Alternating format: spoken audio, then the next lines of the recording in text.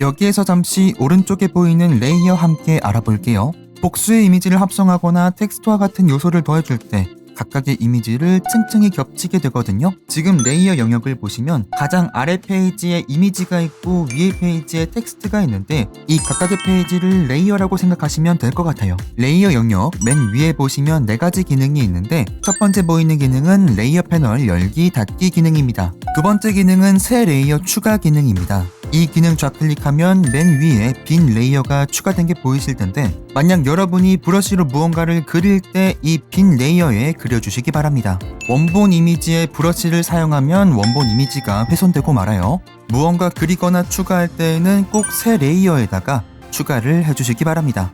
지금 브러쉬로 칠한 이 레이어를 삭제하고 싶다면요, 해당 레이어를 좌클릭한 뒤 레이어 영역 상단 가장 오른쪽에 있는 레이어 삭제 기능을 좌클릭해 주시거나 삭제할 레이어 우클릭한 다음 레이어 삭제 좌클릭해 주시면 레이어 삭제 창이 뜨는데 여기에서 삭제 눌러주시기 바랍니다. 이미지 편집을 하다 보면 원본을 훼손할 수밖에 없는 상황이 있을 때도 있는데요, 그럴 때는 원본 레이어에 우클릭한 다음에 레이어 복제 눌러주셔서 원본 이미지를 하나 보존해 주시기 바랍니다. 위쪽 레이어 메뉴의 세 번째 기능 사용하셔도 레이어 복제 가능합니다. 그 다음으로 레이어를 보시면 미리 보기 이미지 왼쪽에 눈동자가 보이실 텐데 이 눈동자 이미지를 좌클릭하면 해당 레이어가 보이지 않게 됩니다. 만약 배경이 투명한 이미지를 편집할 때 다른 레이어가 방해가 된다면 방해가 되는 레이어가 보이지 않도록 이 눈동자 뷰 기능을 비활성화 시켜주시기 바랍니다. 자, 다음으로 레이어의 순서를 바꿔주고 싶다면 레이어를 좌클릭한 상태로 위아래로 드래그해서 순서를 바꿔주시면 되겠습니다. 지금까지 레이어 알아봤는데요, 이번에는 이미지를 추가로 불러오는 법 한번 알아볼게요. 화면 상단 메뉴에서 파일 좌클릭해 주시고요, 아래에 열기 눌러주신 다음 추가할 이미지를 선택해서 불러오시면 되겠습니다. 저는 고양이 이미지 선택해서 열기 눌러줄게요. 그럼 파일 열기 창이 뜨는데요, 현재 파일에서 열기 좌클릭해 주세요.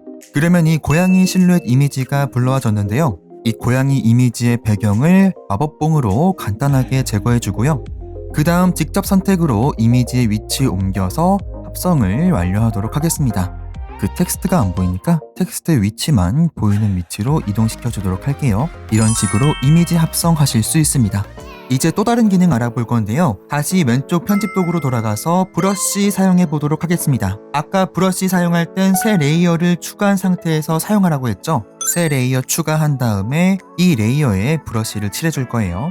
왼쪽 브러쉬 메뉴에서 색상 바꿀 수 있는데요, 빨간색이 보이는 동그라미를 좌클릭해 주시고요, 그 다음 색상 팔레트에서 원하시는 색을 지정해 주시면 되겠습니다. 브러쉬의 크기를 키워주고 싶다면 색상 아래에 보이는 두께에서 두께를 키워주시면 되고요, 그 다음 편집 화면에 마우스 좌클릭한 상태로 칠해 주시면 되겠습니다. 그런데 이 마우스로 브러쉬를 실제 펜처럼 사용하는 건 쉽지 않아요. 보통 타블렛과 펜으로 실제 그림 그리듯이 브러쉬를 사용하는데요, 만약 마우스로 브러쉬를 사용해야만 한다 라고 하신다면 저는 도형 선택이나 올가미 선택으로 영역을 먼저 지정한 뒤 지정한 영역 안쪽을 칠해주는 방식으로 사용하곤 합니다. 그런데 고양이의 입이 좀 크죠? 고양이의 입이 작아지도록 좀 지워줄 건데요, 왼쪽 편집 도구 메뉴에서 지우개 기능을 사용하시면 됩니다. 지우개의 크기를 조정하고 지우고 싶은 곳에 좌클릭해서 지워주시면 돼요. 지우개 사용해서 고양이의 입 크기를 적절하게 맞춰줬으면요, 올가미 툴 활용해서 고양이의 송곳니 표현해 주도록 하겠습니다. 다음으로 클릭 한 번에 색을 더해줄 수 있는 페인트 기능 사용해 볼 건데요, 좌측 편집 도구 메뉴에 보이는 페인트 통 아이콘을 좌클릭해 주시기 바랍니다. 페인트 메뉴 맨 첫 번째 색상을 선택한 다음에 색상 골라서 확인 눌러주시고요, 페인트 메뉴의 색상 영역 선택은 부분 선택 눌러준 다음 지금 보이는 원본 이미지가 있는 레이어에 곧바로 사용해 줄 건데요, 그 전에 레이어 복제해서 원본 하나는 남겨주도록 하고요, 이제 편집 화면에 직접 사용을 해보도록 하겠습니다. 저는 이미지 배경의 분홍 색깔을 노란 색깔로 바꿔주려고 하거든요. 분홍색 부분에 좌클릭 해보도록 하겠습니다. 자, 그러면은 노란 색깔이 들어가긴 하는데 이 배경 말고도 이 물체까지 노란 색깔이 침범했죠. 컨트롤 Z 눌러서 되돌려 주도록 하고요. 이런 경우엔 페인트 메뉴 아래쪽에 색상 영역 오차 값을 줄여서 다시 시도해 보시면 되겠습니다. 자, 그런데 지금 자세히 보시면은 완벽하게 배경 색깔이 노란 색깔로 바뀐 건 아닙니다. 완벽하게 노란 색깔로 바꾸기 위해서는 올가미 선택 툴로 분홍 색깔 영역을 세세하게 잡고 나서 브러쉬로 노란 색깔 칠해주셔야 될 것 같아요. 만약 바탕색이 필요하시다면 우측 상단에 새 레이어 추가해 주시고요. 새 레이어에 페인트 기능 사용하시면 화면 전체를 간단하게 칠해줄 수 있습니다. 다시 왼쪽 편집 도구 메뉴로 돌아와서 이번엔 지우개 아래에 있는 조정 알아보도록 하겠습니다. 이 조정 통해서 색 보정할 수 있는데요. 많은 기능이 있는데 여기에서 저는 대비와 채도와 노출만 한번 만져보도록 하겠습니다. 먼저 대비 먼저 알아볼게요. 밝기 대비 좌클릭하면 조정할 수 있는데요. 먼저 이미지를 보고 이미지의 밝은 부분과 어두운 부분에 대비가 적당한지 확인해 주시기 바랍니다. 대비값을 키우면 이미지의 밝은 부분이 더 밝아지고 대비값을 줄이면 이미지의 밝은 부분이 더 어두워지는 걸 보실 수 있을 겁니다. 조정 완료하셨다면 적용 눌러주시고요. 그 다음 채도 조절하기 위해서 색조 채도 좌클릭해 주시기 바랍니다. 그러면 가운데 채도 보이실 텐데요. 이 채도값 높여주시면 색의 선명한 정도가 더 진해지는 걸 보실 수 있을 겁니다. 하늘에 파란 색깔이 확 올라오죠? 이 채도값 적절히 조정해 주셨으면 이제 적용해 주시면 되는데, 참고로 색조를 조정해서 색다른 분위기를 연출할 수도 있습니다. 여기에서 채도를 낮춰서 약간 우울해 보이는 이런 분위기를 연출할 수도 있습니다. 다시 파란 하늘로 돌아와서 이제 사진의 밝기를 조정할 건데, 밝기를 조정할 땐 좌측의 노출을 좌클릭한 다음에 조정해 주시기 바랍니다. 노출값 높이면 밝아지고 노출값 낮추면 어두워져요. 노출값 적절히 조정하셨다면 적용 눌러주시기 바랍니다. 이런 식으로 색 보정할 수 있어요. 조정의 다른 기능들도 알아보자면 상단에 색상 반전 좌클릭하면 색상이 반전됩니다. 그리고 이미지를 흑백으로 만들고 싶다면 고급 설정 첫 번째 흑백 좌클릭한 다음에 강도를 줄여주시기 바랍니다. 자, 이제 편집 도구 메뉴의 마지막 기능 필터 알아보도록 하겠습니다. 먼저 필터 좌클릭하면 4가지 기능이 있는데요. 먼저 흐리게 알아보도록 하겠습니다. 흐리게 좌클릭하고 변경값 조절해주면 이미지가 흐려지는 게 보이시죠? 조정 완료했다면 적용 눌러주시고요.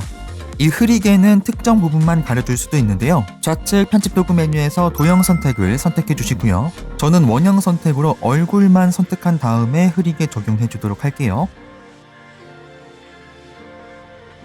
자, 그러면 얼굴만 흐리게 적용돼서 가려져 보이는 게 보이시죠? 다음으로 글로우 효과 넣어보도록 하겠습니다. 글로우 효과를 넣으면은 흐리게 효과에 밝기가 더해져서 이미지가 더 뽀샤시해집니다. 반경값 조정하면 흐리게 효과 조정할 수 있고요. 밝기 조정하면 밝기 조정할 수 있어요. 글로우 효과 넣은 강아지 더욱 뽀샤시해 보이죠?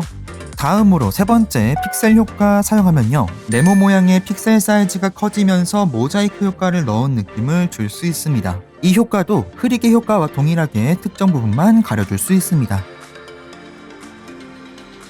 마지막으로 선명하게 효과 사용하면요. 이미지의 선명도를 조정할 수 있는데요. 선명도 값을 최대로 높여준 다음에 적용해서 전 이미지와 비교를 해보면요. 이미지가 전보다 선명해 보이시죠?